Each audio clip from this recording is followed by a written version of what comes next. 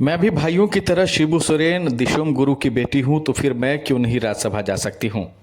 राज्यसभा भेजे जाने को लेकर दावेदारी के साथ अंजलि सोरेन ने पार्टी और परिवार पर कुछ इस तरह दबाव बनाया। अंजलि सोरेन का कहना है कि वो भी अपने भाइयों की तरह दिशोम गुरु की बेटी हैं और सोरेन परिवार के सदस्य भी।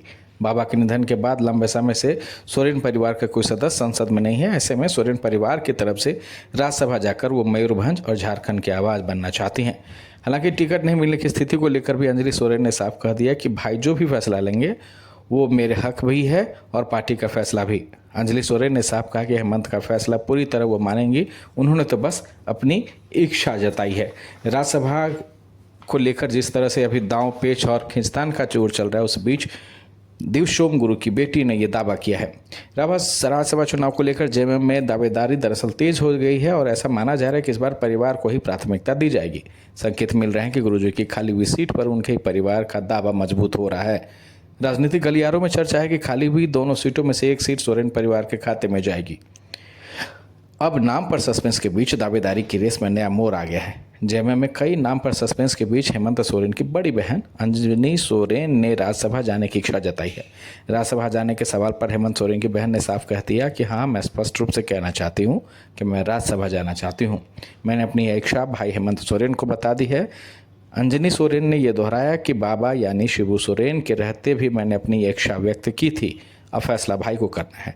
जो भी वो फैसला लेंगे उसे मैं पार्टी की सच्ची सिपाही की तरह स्वीकार कर लूँगी।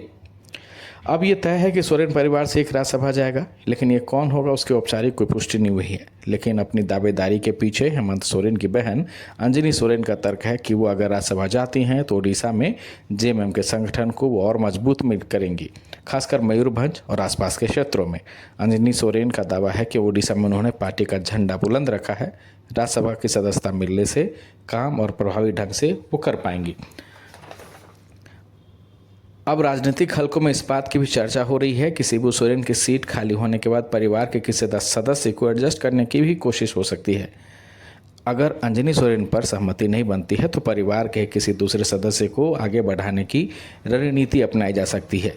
हालांकि अभी तक किसी नाम पर कोई आधिकारिक पुष्टि हुई नहीं है, लेकिन इतना तय माना जा रहा है कि झारखंड के दोनों राज्यसभा सीटों को लेकर अगले कुछ दिनों में सियासी हलचल बहुत तेज होने वाली है और कई तरह के दावेदार जो हैं अब झारखंड मुक्ति मोर्चा और कांग्रेस की तरफ से दोनों तरफ से आ रहे हैं। झारखंड मुक्ति मोर्चा में विनोद पांडे का भी नाम आ रहा है, लेकिन एक सीट तो जेएमएम को मिलने ही वाली है, दिशोम गुरु वाली सीट। और ये सीट पार्टी भी चाहेगी और परिवार भी चाहेगा कि ये उनकी विरासत, दिशोम गुरु की विरासत को परिवार ही संभाले।